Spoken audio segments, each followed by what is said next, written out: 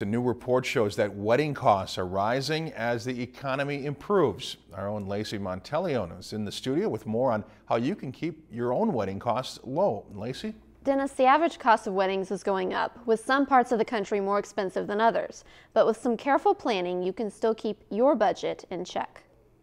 The weddings and brides are definitely changing. There's a lot more people delaying their weddings. Yet still spending. More people are postponing their weddings in order to save more money, with 30% of people saving for 2 years or more before the big day.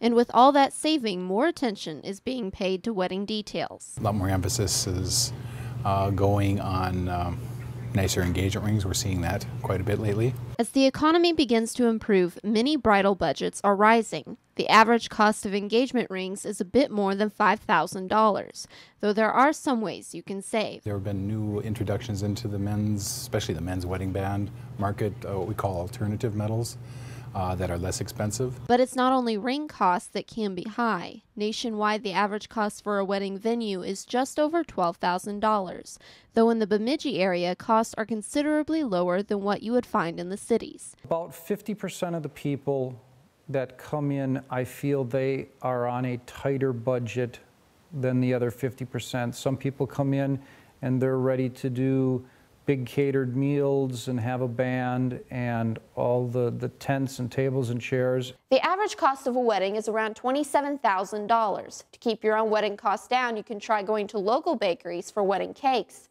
Have your wedding on a Friday or a Sunday instead of the traditional day, which is Saturday, and keep your guest list small.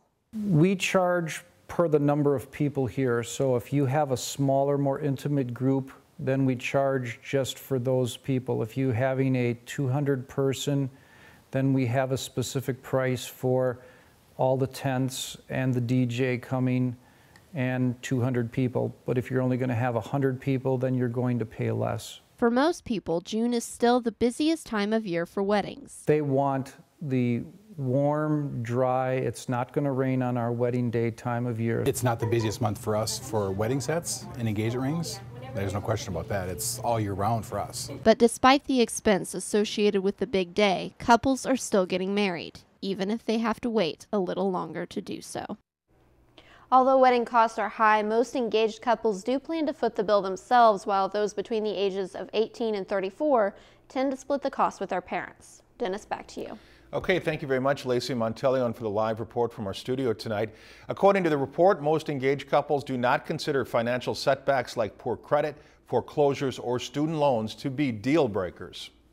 If you've enjoyed this segment of Lakeland News, please consider making a tax-deductible contribution to Lakeland Public Television.